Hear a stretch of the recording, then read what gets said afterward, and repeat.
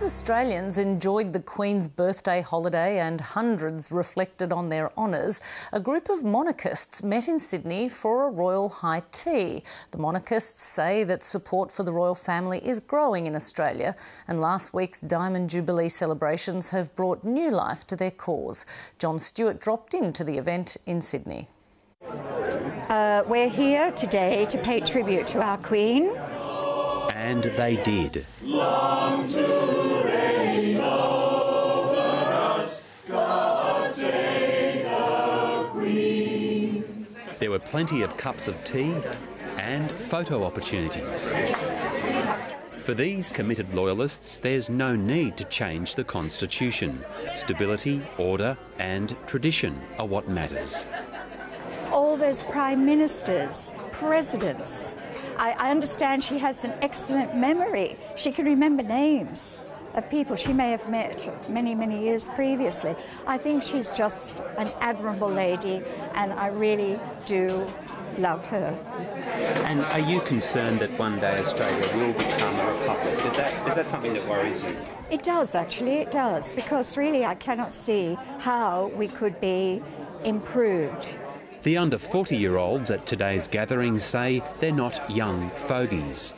I think for a young person, there's always so many pressures placed upon us, and we were always faced with change and volatility. But this is something that isn't changing, and something that never lets me down, and I love it. I think it's really important, even if you're disappointed, disillusioned with the political state of the country, you can still be proud in the royal family, and I think that's what's the most important thing.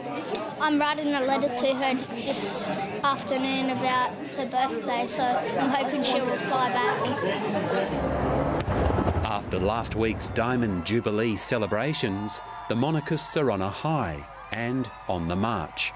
Well, in New South Wales, we've seen the Governor being restored to Government House, oaths of allegiance to the Queen being restored, portraits being restored in Parliament House. English weather was also restored for the day, along with fish and chips and a toast. Hip, hip, hooray! Hip, hip, hooray! Hip, hip, hooray! As for Prince Charles and the question of his popularity and eventual ascension, the Queen's had a long run, and she started in a period where the media was a bit kinder. Our media is a little more crucifying of our leaders, and I think he'll have a jubilation around when he is coronated, and he'll be received well by his people. For the monarchists at today's high tea, everything was perfect, except for the cake. No one wanted to slice up the Queen, at least not with the media present. The royal slicing was out of sight. Jon Stewart, Late Line.